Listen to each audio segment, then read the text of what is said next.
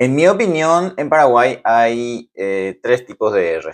Están las personas que pronuncian la R de forma normal, de la forma estándar como pronuncian todos los otros países latinoamericanos. Arroz, rápido, barrer. Después está este tipo de R que es la que yo hago, que es una R arrastrada. Arroz, rápido, ferrocarril. También hay gente incluso que dice 33, trabajo. Que tiene el trabajador del Estado y sobre todo a través de su tarjeta de débito. Y el tercer tipo de R es la que suena un poquito más agringada. Y en serio no digo esto por ser paraguayo, de verdad. Esta R tiene fama de ser la utilizada por las clases sociales altas, pero en mi opinión esa forma de pronunciar la R no es tanto de los chetos ya como era antes, sino que se extendió ya por toda Asunción y área metropolitana, sin importar mucho en realidad la clase social.